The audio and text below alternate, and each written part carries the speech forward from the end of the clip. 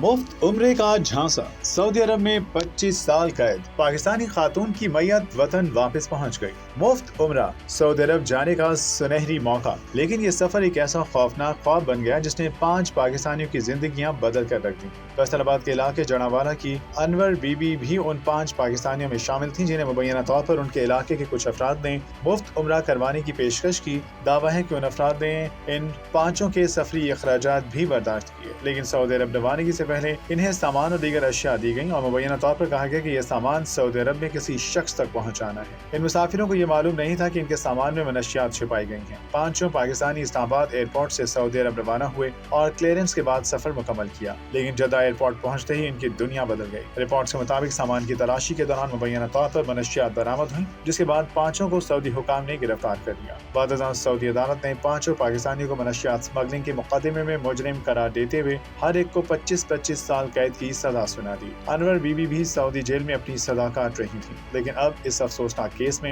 एक और दिल दहला देने वाली खबर सामने आई है। अनवर बीबी की सऊदी अरब की जेल में मौत हो गई। उनकी मौत के बाद उनकी मैयत पाकिस्तान वापस लाई गई और जड़ावाना में उनके अहल खाना के हवाले कर दी गई। लेकिन सवाल सिर्फ अनवर बीबी की मौत का नहीं, सवाल यह है कि आखिर वो 5 पाकिस्तानी सऊदी अरब में मनशियात के साथ कैसे पहुंच गए और वो लोग कौन थे जिन्होंने उनके सफरी अखराजात अदा किए, इन्हें सामान दिया और सऊदी अरब पहुंचाने का कहा। पाकिस्तान में अब इस मामले की तहकीकात भी शुरू कर दी गई हैं। वफाकी तहकीकाती इदारे FIA के फैसलाबाद जोन ने केस में मुबैना तौर पर मुलविस 3 मुश्तबा अफराद को गिरफ्तार कर लिया है। हुकाम के मुताबिक तहकीकात इस इल्जाम के गिर्द घूम रही हैं कि 5 पाकिस्तानियों को उम्रे के सफर का झांसा देकर मुबैना तौर पर मनशियात सऊदी अरब पहुंचाने के लिए इस्तेमाल किया गया।